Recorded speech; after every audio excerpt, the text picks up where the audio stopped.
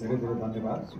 यसको larger framing छ, यसको विराट कन्टेक्स्ट परिदृश्य भनौँ यो के हो भने विदेशमा बस्नुहुने नेपाली नागरिकहरू, हाम्रा आदरणीय दाजुभाइ दिदीबहिनीहरू लामो समयदेखि चाहिँ यो डेमोक्रेटिक प्रोसेसबाट च्युत हुनुहुन्छ, बाहिर हुनुहुन्छ।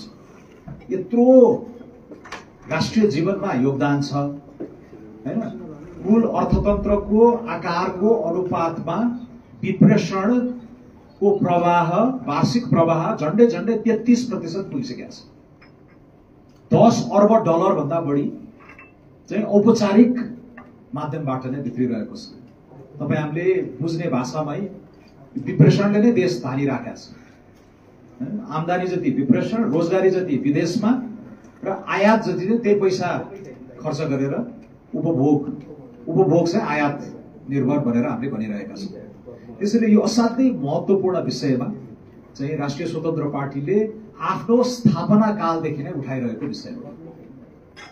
असार 7 गते 79 देखि नै विदेशको नोट चल्ने भोट नचल्ने भन्नेदेखि लिएर विभिन्न हाम्रा अभियानहरू पनि त्यसलाई आत्मसात गर्दै अगाडि बढेका छौँ र प्रवासमा रहनुभएका आदरणीय दाजुभाइ दिदीबहिनीहरूले नेपालका सङ्घीय निर्वाचनहरू, प्रादेशिक स्थानीय निर्वाचनहरूमा चाहिँ मतदान गर्न पाउनुपर्छ। यो उहाँहरूको नैसर्गिक अधिकार हो भन्ने चाहिँ हाम्रो राजनीतिक दलको मान्यता नै भयो, नम्बर 1। यो सँगसँगै पछिल्लो समयमा सर्वोच्च अदालतले पनि पटक पटक निर्देश नै गरिरहेको छ कि विदेशमा बस्नुहुने नेपाली नागरिकहरूको पनि यो नैसर्गिक अधिकारलाई रियलाइज गर्नेतिर लग भनेर भनिरहेको छ। सन् 2018 मा रुलिङ नै आयो, त्यसपछि सन् 2025 मा पुनः यसलाई झकझक्याउने काम न्यायालयबाट भएको छ। निर्वाचन आयोगलाई पनि त्यसले ध्यान आकृष्ट गराएको छ। निर्वाचन आयोगले सरकारले तयारी गरिदिने हो भने हामी गर्छौँ भनेको अवस्था पनि छ। अर्थ राजनीतिक कोण मैले इङ्गित गरिसके, यत्रो रकम चाहिँ देशमा भित्रिराखेको छ र अर्को पाटो पनि विदेशमा रहनुहुने एकदम जुझारू युवक नवयुवाहरू पनि अहिले त अब जेनजी भन्ने शब्द पनि एकदम चल्तीमा छ। तर हाम्रो यो श्रम बजारमा असाध्यै सक्रिय हुने उमेरमा बाहिर गएर काम गरिराख्नुभएका सचेत नेपाली नागरिकहरूले मतदान नगर्दाखेरि चाहिँ यहाँ देशभित्रका सुधारहरूले पनि अपेक्षित गति लिन सकेन, यहाँ रिफर्म इम्पेटस नै पुगेन भन्ने कुरा पनि छ। तेस्रो चाहिँ यो लोकतान्त्रिक वैधतामै प्रश्न उठ्न थाल्यो। झन्डै 3 करोडको देश, 1 करोड 80 लाख हाम्रा मतदाता नामावलीमा सूचीकृत हुनुभएको छ। त्यसमा भोट खसेको पछिल्लो निर्वाचनमा जम्मा 1 करोड 10 लाख, सदरमत 1 करोड 5 लाख र सबभन्दा ठुलो दलले लिएर आएको भनेको जम्मा 27 लाख। भनेपछि यो डेमोक्रेटिक डिसएन्फ्रान्चाइजमेन्ट भन्ने एउटा अवधारणा छ।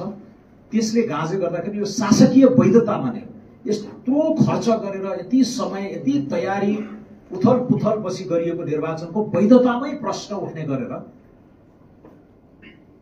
चाहिँ धेरै कुराहरू बहसमा आएका छन्। त्यसैले राष्ट्रिय स्वतन्त्र पार्टी चाहिँ प्रवासमा रहनुहुने नेपाली नागरिकहरूले मतदान गर्न पाउनुपर्छ। नेपालमै आएर मतदान गर्न नसक्ने अवस्था हो भने पनि अब विदेशमै बसेर पनि यो गर्न पाउनुपर्छ भनेर लामो समयदेखि पैरवी गरिरहेको र अहिले समय उपयुक्त भएको हुनाले हामीले यसलाई अझ जोडदार रूपमा सरकार समक्ष यसलाई प्रस्तुत गर्दै आएका छौँ र आजको कार्यक्रम पनि यो लामो पैरवीको श्रृङ्खलाको एउटा अंश हो र विभिन्न विज्ञहरूसँग सरसल्लाह गर्ने, विभिन्न शोधकर्ताहरूसँग छलफल गर्ने क्रममा आज नेपाल पोलिसी इन्स्टिट्युटले गरेको पछिल्लो उनीहरूको शोध बारे हाम्रो पार्टीले छलफल गरेर अझै यसका प्राविधिक पाटाहरू, कानुनी पाटाहरू बारे चाहिँ अलि थप स्पष्ट हुने अवसर चाहिँ हामीले लिएका छौँ र यसै सेरोफेरोमा यो अघिको प्रस्तुति हाम्रो लामो श्रृङ्खलाको एउटा अंश भयो। तर अहिले तपाईँहरू समक्ष हामीले राख्न खोजेको छ यो पार्टीको स्पष्ट अडान। प्रवासमा रहनुभएका नेपाली नागरिकहरूले कानुनी, प्राविधिक हर हिसाबले चाहिँ हामीले सम्भव बनाउनुपर्छ, उहाँले मत खसाल्न पाउनुपर्छ। यो डेमोक्रेसीसँग जोडिएको विषय हो, यो अर्थ राजनीतिक वैधताको विषय हो र यो संवैधानिक र कानुनी अपरिहार्यता पनि बनिसकेको विषय हो। त्यसैले यसमा अब सरकारलाई एउटा कुनै जिम्मेवार राजनीतिक दलको ढाडस चाहिएको हो भने हामी तयार छौँ। राष्ट्रिय स्वतन्त्र पार्टी